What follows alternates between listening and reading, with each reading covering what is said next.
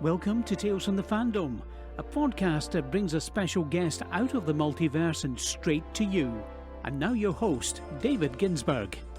Hello everybody, and welcome to the latest episode of Tales from the Fandom. We are into the month of January 2018. I can't believe it. We're already a week and a bit in, and here we are with our second episode. This one is with Kirk from You Meet in a Tavern Podcast, or you might have heard him on the Super Rodcast, which is a Pokemon trading card game podcast that is more competitive based for competition.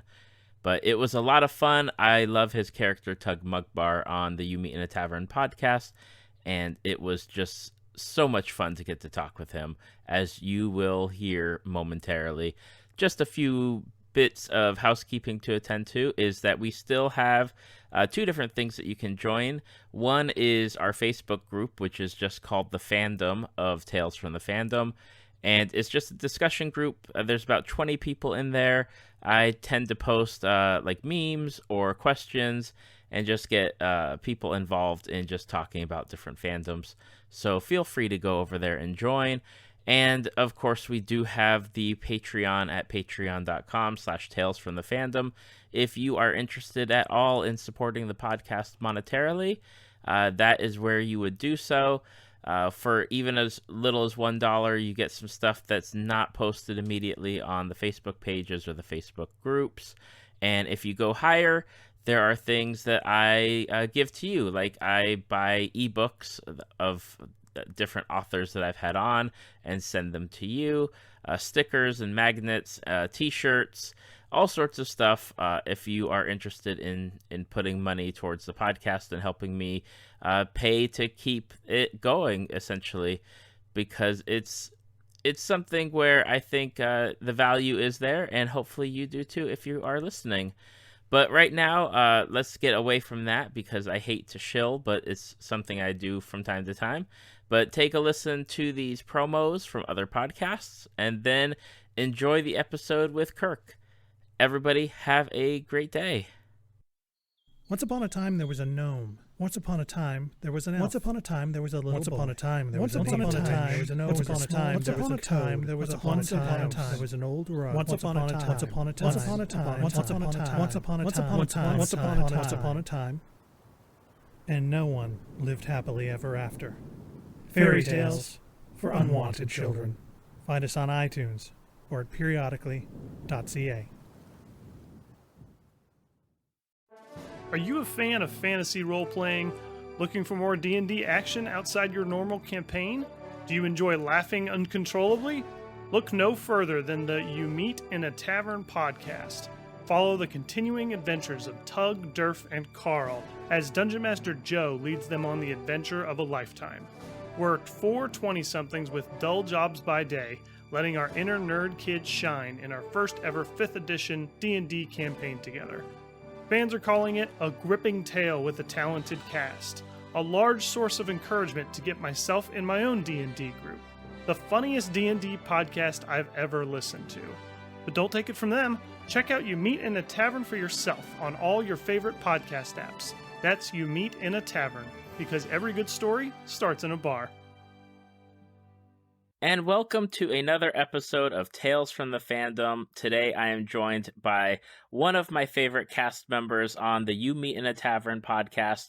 Kirk, who plays Tug Mugbar, the Halfling monk, is joining me today on this episode, and I am so pleased to have you here today, Kirk. Thank you so much for joining me. A pleasure to be here. Glad to be on and get to talk a little bit about all the nerdy stuff that I enjoy so much with everybody. I am, again, it's a pleasure to have you. Every 2 weeks or so, I love getting to listen to you along with the rest of the You Meet in a Tavern crew on your adventures in your world. And just, it's been such an incredible ride the past 20 plus episodes that you guys have done now. It's wild to think we've just hit episode 21. It's kind of mind blowing how the whole story of the podcast came to be, and of course how successful we've been fortunate enough to be in that endeavor as well. Yeah, it's definitely something we're going to talk about in a little bit, but I wanted to talk to you about another thing that you're into and that you also have a podcast for, and that is Pokemon, the trading card game. Yeah, so the podcast I do for that, it's called the Super Rodcast. I do that with two gentlemen from Louisville, Kentucky, and so it's geared towards the competitive scene of the trading card game. I've always been a fan, historically, of Magic the Gathering. I've played that since I was about 12. I had a friend in 6th grade. 11, friend in 6th grade, got me interested in it, and I never really kind of let up on it. About 2.5 years back, the cost of Magic is a little bit prohibitive, and my drive to want to play in competitive trading card game was being stifled a little bit by the amount of money I had available to spend on it. So I had to call an audible, and that's how I ended up playing the Pokemon trading card game. The cards are just significantly cheaper. The barrier of entry is a lot lower. So that kind of put me down that path. Well, I also like to not lose. So I kind of got this idea that if I get two guys in the community, Jeff Saran and Jared Weiss, if I get Jared Weiss at the time was qualified for Worlds, and Jeff, it was just a really good Midwest player that's known for his deck building prowess and stuff like that. So I said, if I can pull these guys in and hitch my trailer onto their wagon and get pulled a little bit, it'll give me kind of a way into speaking to players that are much higher caliber than I am, and by proxy maybe get a little bit better myself. So it was an incredibly selfish original endeavor that I started, and I was incredibly lucky for that to kind of take on a life of its own. I was pretty fortunate that the Pokemon trading card game podcast niche hasn't really been filled at the time, especially with a competitive direction. So it just kind of caught the wave at the right time, and we're having a great time riding that bad boy in until we hit the beach, I guess. Now, were you a Pokemon fan before you got into the card game, or was it just here's the card game and it's that cheaper entry into it? So here's the thing that I get ostracized for by other people in the community is I'm not a huge Pokemon fan. I haven't played all the video games. I certainly played the original, the red, blue, yellow, the first ones for Game Boy. I did watch the original show, but after that it gets a little hazy. I tried to kind of immerse myself, like watch some of the newer show just to have understanding of what the new Pokemon are and things like that. But needless to say, I am a Gen 1er, as they call us old fogies in the community. My favorite Pokemon is a first generation Pokemon, and that's just kind of how it is. In fact, in one of our episodes, we actually did a contest of name as many Pokemon of a certain type in a minute, the type provided by somebody else. So I was given grass type, and I think I got like 7. And then I just started naming Pokemon that I knew that were colored green, which that just doesn't necessarily indicate that they're a grass type. So I was really, really exposed in that moment at how little I actually knew about all 700 or 800 or however many Pokemon there are now. So to answer your question a very roundabout way, I'm a fan of what I know, and I'm willing to be a fan of the rest. I just don't really know that rest yet.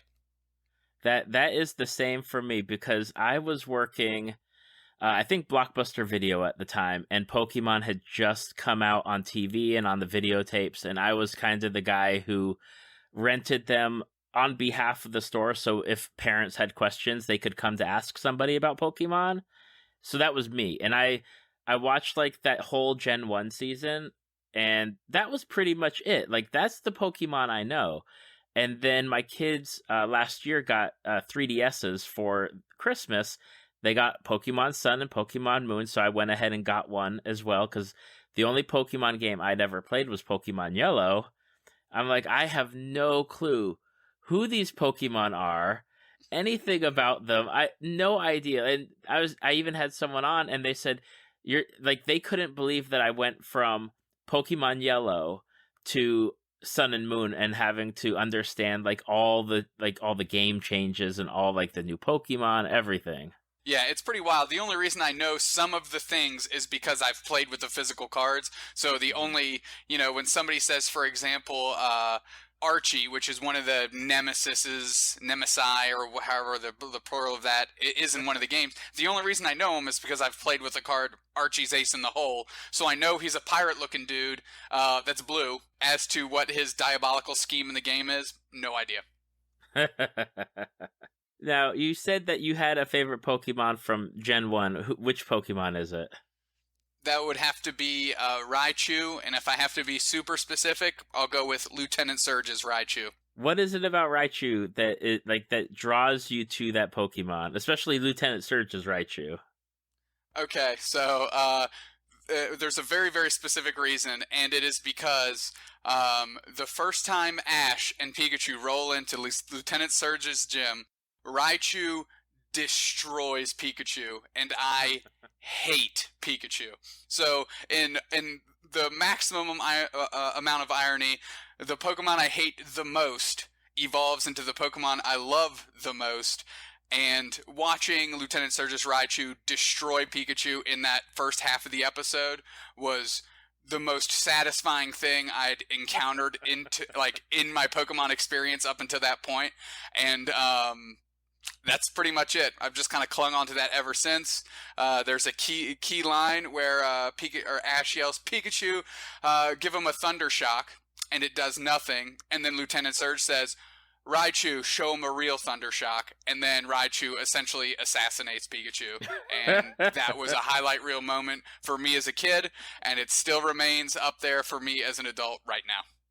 That is one of those episodes that not only, you get to see Pikachu absolutely taken apart in the beginning and Ash's confidence in himself totally destroyed, but it's also that episode set up a whole bunch of interesting, as far as the TV show goes, or the canon discussion, is how Lieutenant Surge is a lieutenant, and B, he talks about being in some kind of war, and everyone's like, well, what happened? What's going on? It set up so much interesting discussion in the Pokemon community after that fact.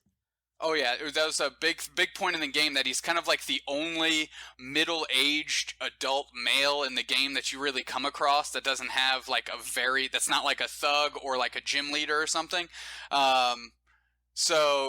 That's slated to have a different profession that also happens to be a gym leader. So yeah, there's a lot of fan theories out there, and I'd be remiss to say if I hadn't read it a couple times for sure. It also pushed the narrative of does the trainer get to choose if the Pokemon evolves, or should the Pokemon get the choice if it wants to evolve or not? Which I think is BS. I think as the trainer, you hit that little nerd with a Thunderstone, you turn him into a Raichu, and you get yourself a righteous little Pokemon. That's my POV. That's my point of view. Probably not too popular, but that's I'm gonna stick to it. Now, why the hatred for Pikachu? Is it Pikachu's across the board, or Ash's Pikachu? To be fair, I've only really been exposed to Ash's Pikachu, so I'm gonna say I'm not gonna blanket all Pikachu, but I'm gonna say Ash's Pikachu specifically. Just not a big fan. Not a big fan. Okay, totally understandable. I've seen the Gen 1 stuff, and then my kids have seen the later XYZ stuff, so I've been exposed to their continued adventures, and of course I always find it amusing that Ash will get as far as he can and then lose when it actually matters, any league championships and whatnot. He's always the loser. He just loses. Pretty much. Yep, pretty much. Now, so you got into the card game, and you got hooked up with your two other hosts on the Super Rodcast. How is it as far as learning the game? Because I told you before we started, my kids are crazy about the Pokemon cards. They trade them with each other. They trade them with kids at school. They're telling me all about their hit points and their damage that they do, but they have no idea how to play. So what is the best way, I guess, to just learn? Is it just going to your local game shop and getting someone to teach you, or watching YouTube videos? So Pokemon's a pretty excellent community in that facet. It's very welcoming, and it breaks up all its events into age groups. So your children wouldn't be paired up against, for example, myself. We'd be in separate age groups. So that's a very inclusive thing for new players. You know, little less stressful as a new player, especially a younger child that is getting into the game. So that's one. Two, a great way is actually to play Pokemon online. You get a free account. You can set up for free. They give you theme decks to play with for free. But the cool thing is you can challenge other people with your theme decks, but they can also only play theme decks. So you're not going against, using your theme deck against the best of the best deck, with all the high rarity cards or, the most refined deck. So you can really learn using these very step-by-step, basic, simple, strategic processes and cards and learn that way. Which is actually how I got into it. It was Gen Con, like I said, about 2.5 years ago. I literally just went to the Pokemon TCG stand. They had some iPads set up, and I just played through a couple games in tutorial mode with a theme deck. And I was like, that's pretty neat. And that's kind of, not in that point in time, but fast forward a little bit with the whole, wanting to get out of the cost prohibitive Magic and switch gears a little bit. That kind of tickled my brain, and I said, okay, maybe this is where I need to switch gears to. So I would recommend, in order, starting with the online game, which costs nothing, then maybe getting a couple theme decks and going to your local game shop and playing with some of the players there. And step 3, there's tons of resources out there, YouTube channels, etc., that teach you how to play. A lot of great content by a lot of good people. So that's kind of how I would tier my quest into the game moving forward, or for new players, excuse me. Do you have any? I know that they have a lot of stuff coming out, like the Sun and Moon packs are out. There's a whole bunch of different stuff. Is there something for like easy entry? Because you see the Pokemon cards all over all the time. Target, Walmart, game shops. You just can't avoid them. And like, what's the current, I guess, for if people were going to play like tournament or whatnot? Is there a certain like deck or decks or releases that they're using, or is it just a mishmash? So yeah, there's different formats.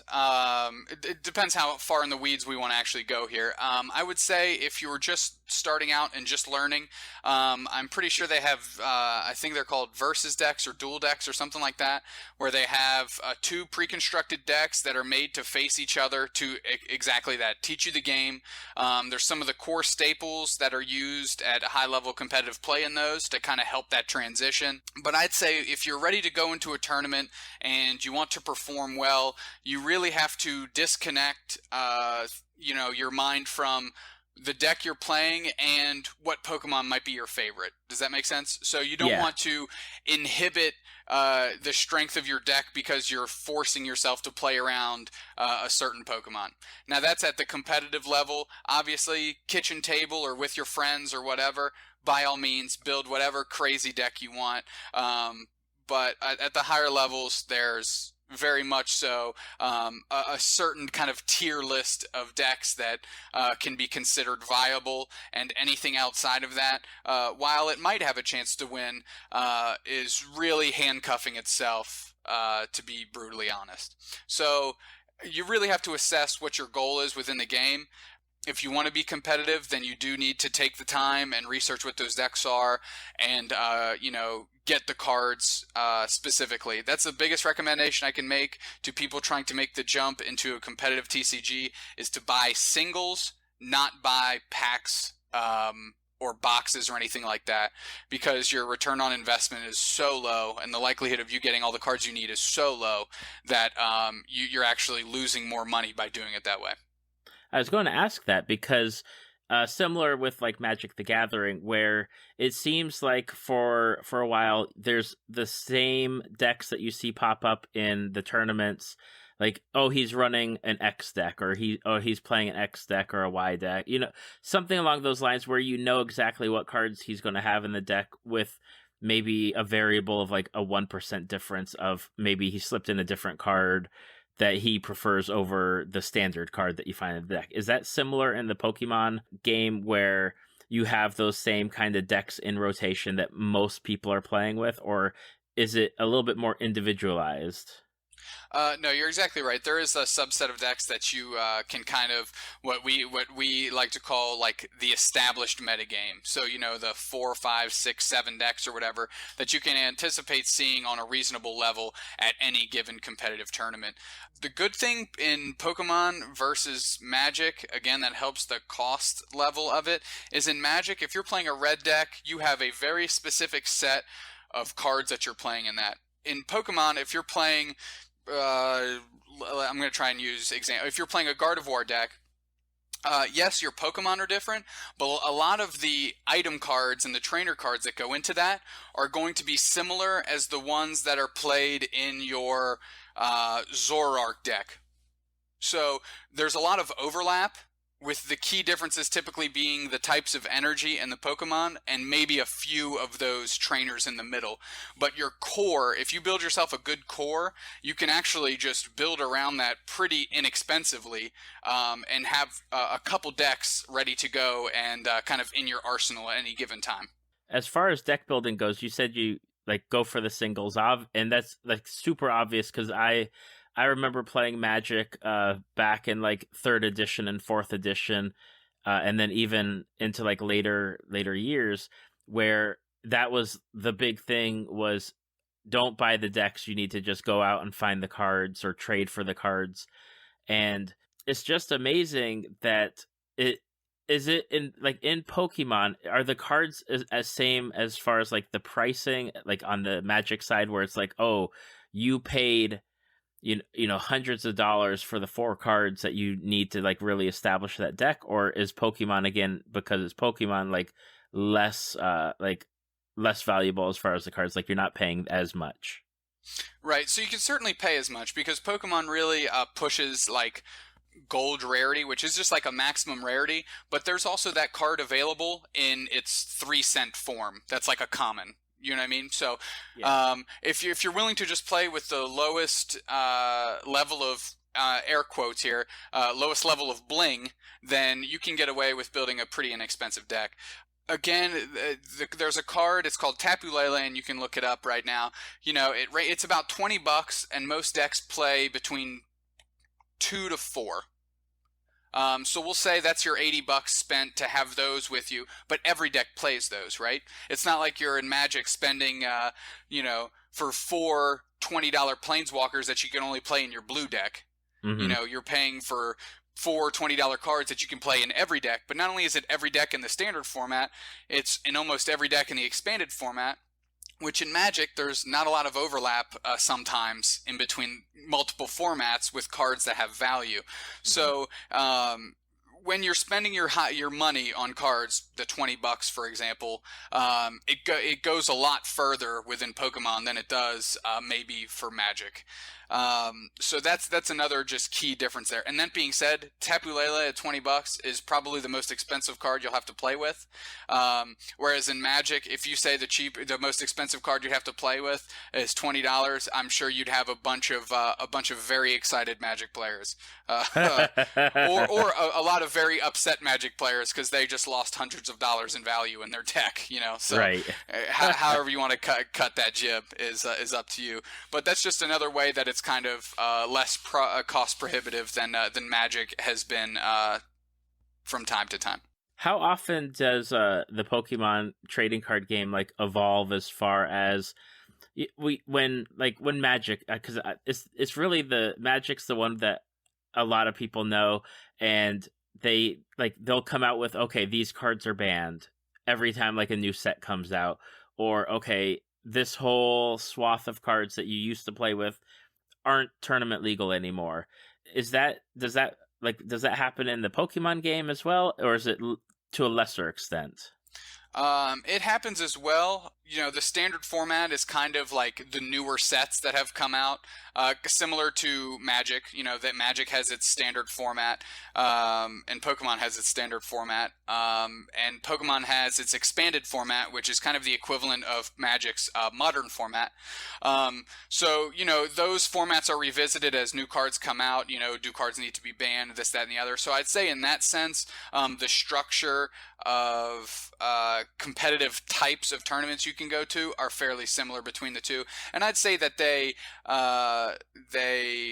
take an internal look on the format, health, and stuff like that at the same parity or ratio that Magic would. So I think in that vein, they're both very similar. And then I guess the last question as far as Pokemon, the card game goes, is how well are you doing now after having established the Super Rodcast and getting to talk with like other players and just getting to glean off of their information? Significantly better. So this is the first year that, since I started the podcast, that I am committing myself to try and qualify for the World Championships for Pokemon. And, that's kind of almost a year-long cycle. It's about a 10-month, 11-month cycle. And I'm about a fourth of the way there, and we're just about past the 1/4 way point of the season. So I'm right on track. I'm right on schedule right now. I'd like to be a little bit ahead of schedule, for comfort level. But that being said, I think the success that I've seen, or the little bit of success I've seen this far this season in my goal of qualifying for Worlds, can solely be attributed to the fact that myself and two guys that were willing to give me a chance helped me start a podcast, and it really helped me network, get myself on the map, get myself into some positive testing groups with a lot of very well-established players that are incredibly patient with me and very open with their information and their knowledge. And I just hope that for the sake of myself and all those people that have invested a little bit of time into me and into the podcast, that I can achieve this goal and really, put the cherry on top of the sundae for all this work that not only myself, but everybody in it, either inadvertently or directly, have put into me. I'd really like to have that success for myself and everybody that's been involved so far, for sure. Absolutely. And I just have to ask, what does it take to get to Pokemon, like the Worlds? Like, what's that involve?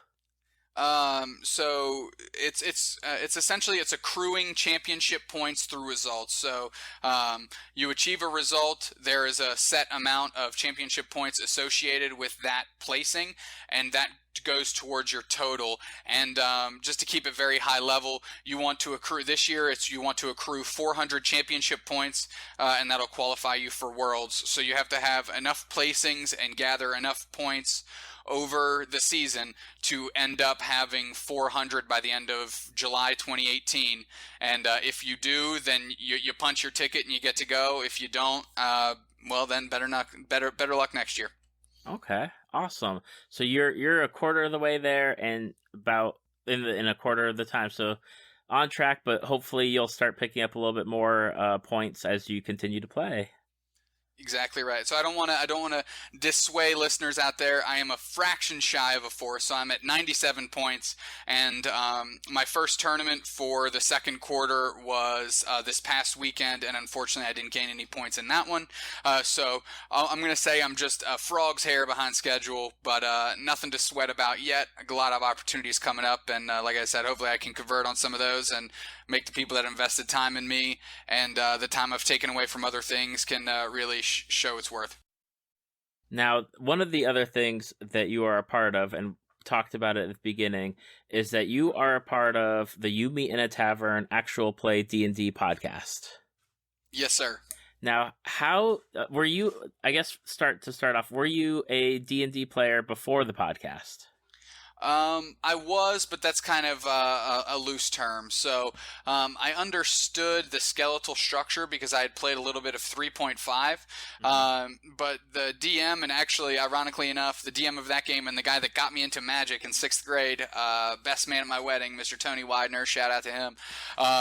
He was very not by the book. For example, I've never owned a player's handbook, and we just flew by the seat of our pants. So every structure that I was given given within the game was provided by him, which made for a lot of crazy things and a lot of kind of off the cuff, out of nowhere things.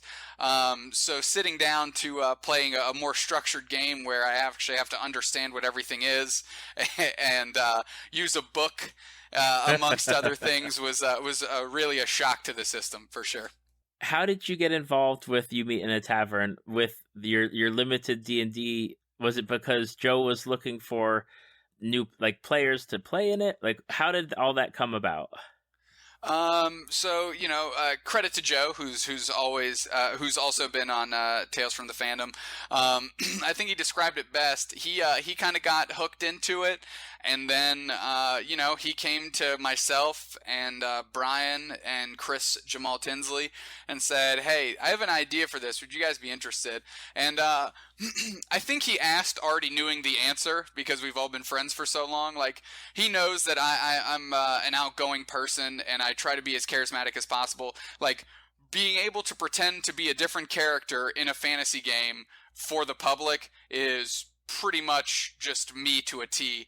So I think he knew exactly that what he was going to get as an answer out of me before he even asked it. And lo and behold, he was 110% right. How did you come up with Tug Mugbar as far as the character and your choices, both race and class to pick?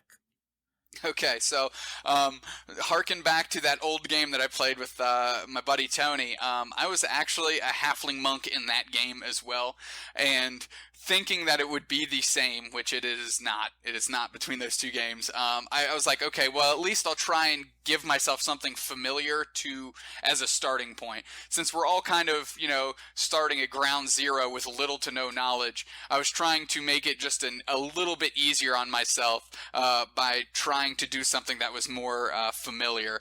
And that just didn't pan out at all, actually. So it's funny how that works. But that was my idea, trying to use something familiar to help me adjust into this new game. And fortunately or unfortunately, it didn't really pan out. And here we are, Tug Mugbar. Yeah, Tug is, for anybody that has not listened to You Meet in a Tavern, how would you describe Tug? He's a little turd. He's a little turd, man. It just... causing a ruckus, doesn't really understand, we'll say tact, doesn't use tact. And me, myself, as a person externally from the game, I don't like sitting around for too long. Like, if the action isn't being pushed, I will push it, and that's a guarantee. And I think Tug is a very good plot device in that sense. I think Joe subconsciously knows that if not a lot's going on, I'm going to propagate something happening because I just don't like to be stagnant for too long. Definitely, yeah. Tug is definitely one of those characters where if you're sitting around for 5 minutes discussing something, Tug's done. He's gone off to go do something else. Exactly right. Exactly right.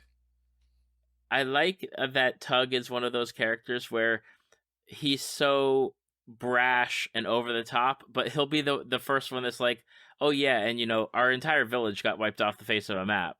Is no one remembering that? Just those little tiny humanizing moments for him. I think that's where I'm not going to say charm because I don't think he has much of that, but I think that's the only thing that kind of grounds him in reality and maybe makes him somewhat relatable. I think it also, mentally for me, gives me an excuse to act the way I do as Tug, as a character, because I know that I can just kind of chip that in there, and people are like, oh, well, he, kind of he's a jerk because his life kind of sucks right now.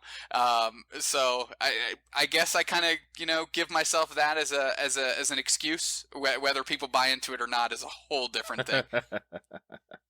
What's been the response on your end as a player for You Meet in a Tavern as far as either the popularity or from the start of the podcast to now, what's been the experience for you?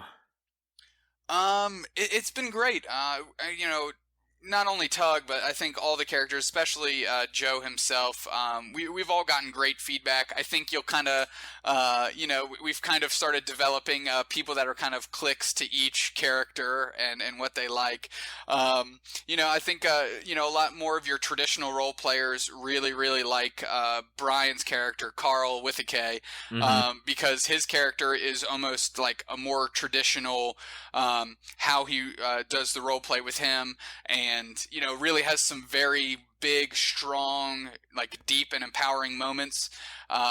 Whereas I think a lot of people fall in love with Jamal, who plays Turf Toe, because he's a little bit more silly, brand new to the game, really is just super interested in what kind of wacky animals and wacky stuff he can do with his druid, and I think there's something incredibly endearing in that.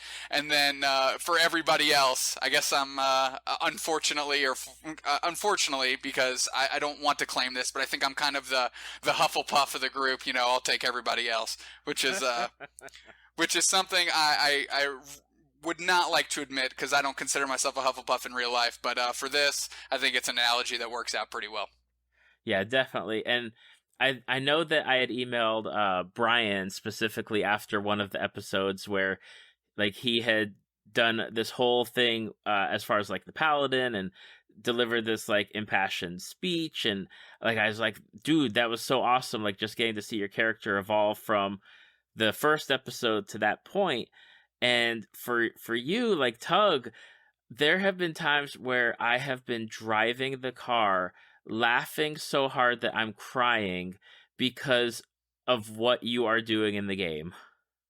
I appreciate that. I'd like to think it's kind of a small joy of mine. I like cracking jokes, having fun. I guess my biggest issue with that is I love to kind of crack jokes and derail a little bit, but I've certainly been known, and Joe's kind of had to been like, all right, Kirk, you need to hone it down, or else we're not going to get an episode out this week because I keep derailing things. So I'm trying to find the strong balance of really letting my own personality shine through and not missing any key quips or punchlines I can work in, while simultaneously not destroying the product we're trying to produce to entertain people with. So for me, it's been a fine balance. For other people, it might be a little bit easier, but that's certainly the thing I've struggled with most. That being said, I love hearing that people are enjoying what we're doing, and I think we're doing something different. I think we each bring such a unique slice to the whole pie that it kind of gives something for everybody. So if my role is a little bit of comic relief, then I embrace that wholeheartedly, and I certainly appreciate it when people say nice things, such as yourself just now. What was amazing about You Meet in a Tavern is it seemed that it came out right at like a very sweet, like almost like at a perfect time as far as like D&D podcasts, because you have like Critical Role and the Adventure Zone where you have hundreds of hours that somebody, if they're like me who hadn't listened to them, would have to just go back and try to get into. You Meet in a Tavern came out, and it just seemed like that, like the You Meet in a Tavern podcast and a few others just came out all right around the same time, and your popularity has exploded as far as like iTunes charts, or like being part of the Podcast of Annihilation that Wizards did. Like it's just been incredible just to witness the podcast going from you guys debuting to where you are now. Oh, absolutely. And, if Joe planned that out, all the credit to him, but that's not something that I could foresee. And that's kind of the challenge, right? The more episodes we put out, the inherently more difficult we become for new listeners to get invested in, because that's just more time they have to put on the front end to catch up to where everyone else is. So as of right now, 21 episodes seems kind of daunting, but I hope that if there's any new listeners out there that are interested, you bear with us, especially in the audio quality at the start, and you give us a chance all the way through, because I really think you'll enjoy the ride. And that being said, we are trying to work together on getting a wiki together with kind of just some cliff notes on episodes, so that maybe people can start, just at the start of the last arc and kind of feel like they've gotten the backstory up until that point. Mm-hmm. So I'm fingers crossed that works out the way it's supposed to. But to your point, we really, I'm going to use this expression again, we really caught the wave at the right time. And whether Joe planned that or not, if he did, all credit to him. If he didn't, then we'll count our blessings on the lucky stars there, because it sure did pan out, and we didn't expect it whatsoever. What's been your favorite Tug Mugbar moment? Like the signature thing when you look back, because you've had the 21 episodes as we're recording today, like that signature, or if there's a few of them, like those moments that just personify Tug the most.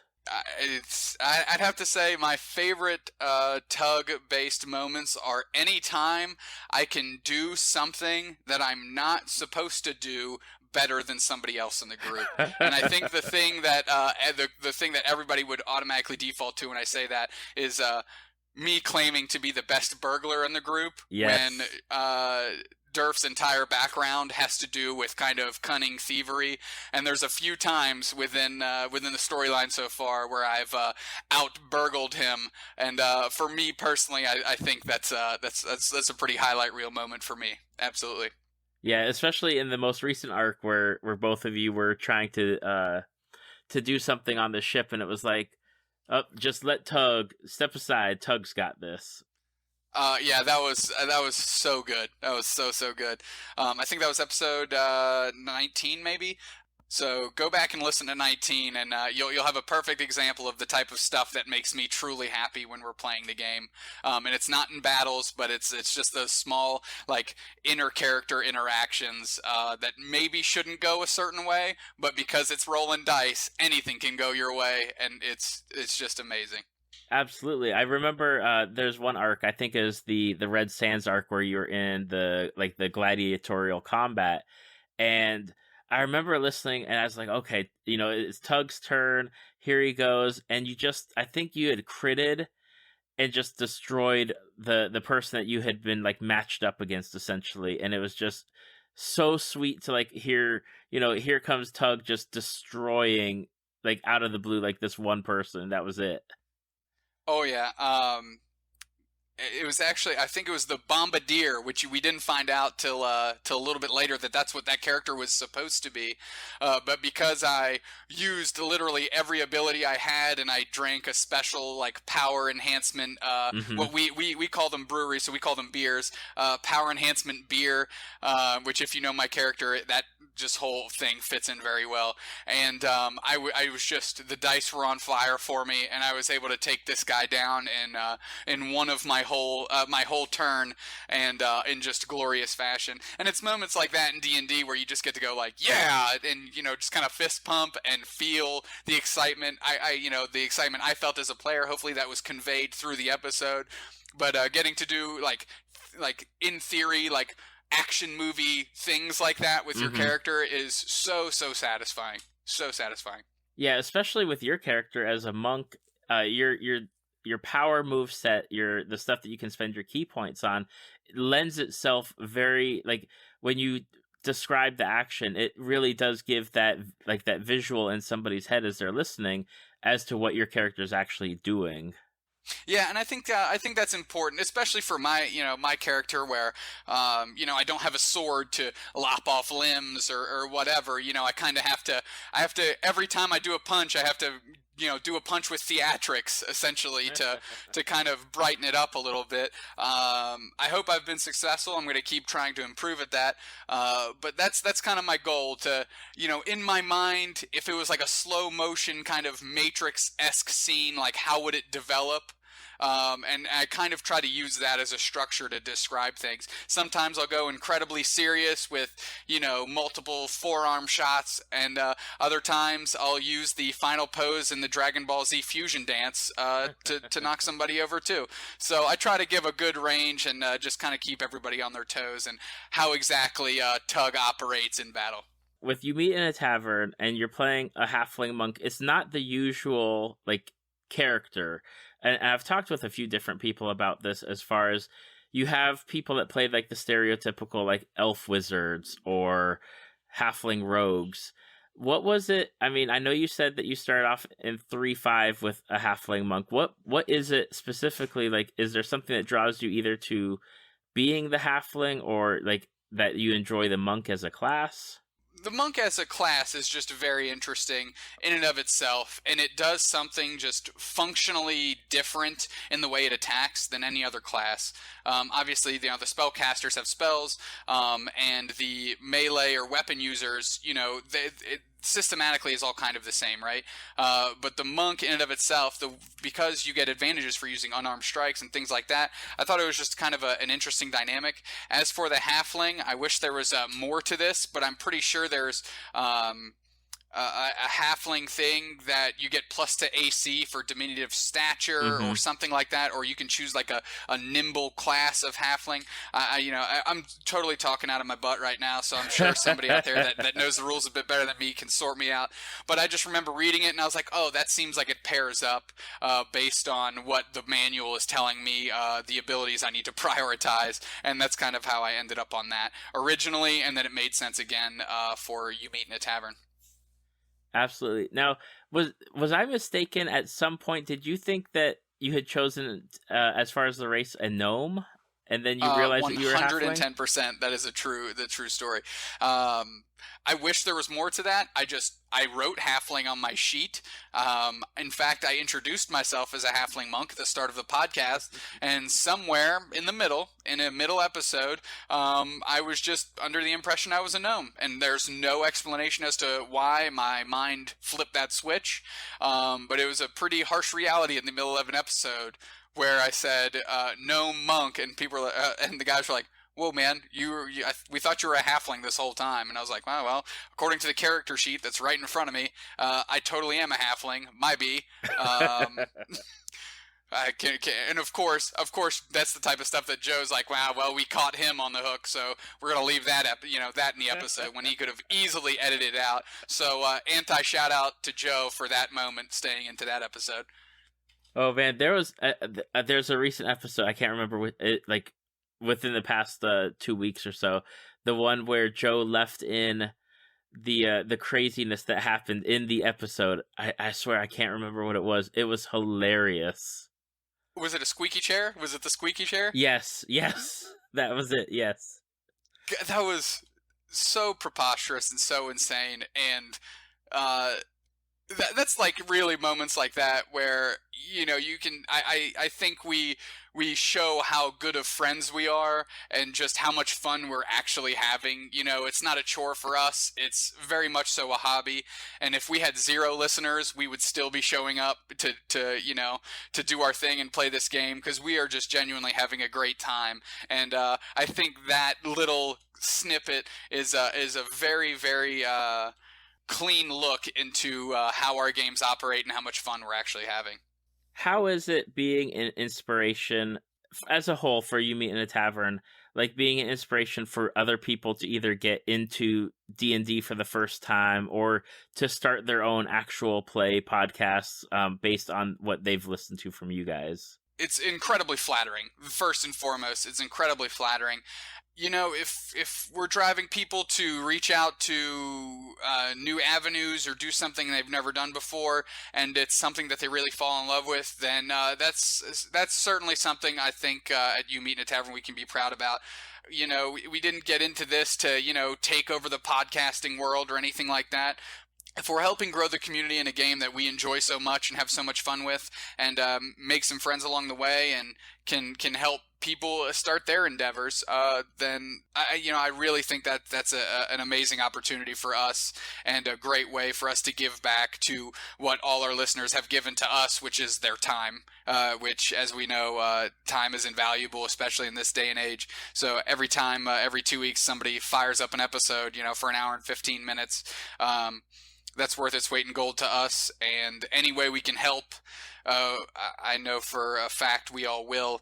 And it's incredibly, like I said, just incredibly endearing, and we hope we're providing everybody with the information, platform, and knowledge that we can to help them be successful as well, whatever little information or knowledge we actually have and can throw out there, because honestly I think we're a pretty strong product of doing things a little bit correctly and a lot of luck. So that is so true. And one of the things that kind of came along with you guys being with you meet in a tavern was you were able to do a whole podcast of Annihilation with wizards. Oh yeah, what an amazing opportunity that was too. Again, to my point, the hits keep coming and they're amazing, and we just got incredibly lucky to get roped in with a lot of other great podcasts. Encounter Roleplay, we had Will on.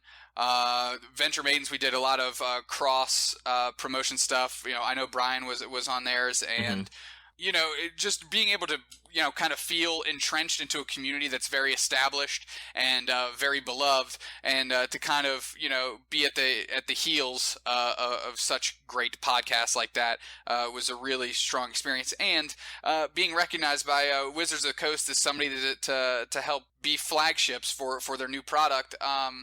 Yeah, that's amazing as well. Like that's something you can't even, like, we never even dreamt of. That wasn't even on our radar. And the fact that we were able to do that is, again, just a big blessing and an amazing thing for us to have been a part of, and hopefully we'll get to do again. I have to ask, playing Two Crunk, what was that experience like to just be off the rails with him? It was great, and it was a character I actually started thinking about shortly after we started You Meet in a Tavern, and I was kind of locked into Tug already. I just thought conceptually a half-orc bard that only did rap is just conceptually hilarious, and something I definitely want to give a try. So when I got told about the podcast Annihilation, I get to roll up a new character, there was no doubt in my mind that that's where I was going to go. And I believe there's one of the original D&D orc barbarians is like Krusk or something like that, and maybe not, but that's the name that popped in my head, and I was like, okay, what can I do with this name? Because I don't know what half-orc names are supposed to be. What can I do with this to kind of fit what I'm doing? That's where I got to Two Crunk. And the only thing I regret with that character is that stupid voice I did. If I could go back, I would have done the exact same thing, except with just a little bit deeper voice, because that high-pitched voice was wearing thin real fast on me. And, of course, I can't not touch on... I didn't know any of the bard spells. I didn't research any of those. So right when we got there, right before I was recording, I was starting to write down spells I would use. And the first one I came across was the level 0 spell, Vicious Mockery. And that's when I made a character decision that's the only bard spell that Two Crunk, the rapping bard, would use, is Vicious Mockery. Did you, with Two Crunk, did you write your raps out beforehand? No, with things that bad, I'd hate to. Even if I did, I wouldn't admit that I wrote those down ahead of time. Those were off the cuff, and clearly you can respect people that have talent, just coming up with lyrics, poems, what have you. Because I don't have that talent, and it shows in spades in that episode. That's for sure. Getting back to You Meet in a Tavern, before we start wrapping things up, what has been your favorite story arc so far in the game? Ooh, Red Sands is super strong. I think the character development that happened with Brian's character Carl, I think that's so far, like, overall my favorite You Meet in a Tavern moment was kind of the monologue scenes that he's had. I think they're the strongest moments we've had so far. So, and just the way the arc ended, and with the dog, Patches and all that, like, just so much tiny stuff ended up tying back together. And that was Red Sands. I'm gonna lock it in. Red Sands by far. Yep. Yeah, that arc was a solid, like, and not to, like, dismiss any of the other stuff that you guys have done, but Red Sands has, like, from beginning to end, it was, I need to listen to the next episode. I need to catch up and listen to the next episode. And I think at that point, I had a backlog of them, so I was able to binge them, and just wonderful to the point of there's like the comedy of losing all your gold, like the gold and items that you guys had amassed, to the strong character developments, to the fight scenes at the end, and just, like, it was an incredible journey for that arc. Oh yeah, and have to shout out to Jacob Pretty, the guy that does our music. I think that was the first full arc where he did our music, and the music was insane. It added such a depth to just the story in and of itself, and that's nothing I would have ever thought of until I experienced it. And what a freaking moment. That helped pull all the moments together is what I meant to say. Mm-hmm. So I definitely want to get his name out there and make sure he gets all the due credit, because I really think that's what pushed the Red Sands over the top, and just making it just an enjoyable experience all the way through. For sure. What's on the deck for you in the future as far as You Meet in a Tavern? I know Joe has a certain story that he's been working on as far as like the last conversation I had with him for the podcast. He had something where he's like estimating another year or so out as far as storyline goes, just depending on what happens. But for you as a player and a character, like what's in the future for you on You Meet in a Tavern, as far as like Tug and his growth or character and what you want to see with him? So you'll see in the next episodes, without spoiling too much, there's a little bit of change. At the time that this comes out, maybe we'll already be past that point. But right now, there's a little push of change, and I think it's. I mentioned this in our Q&A session we did.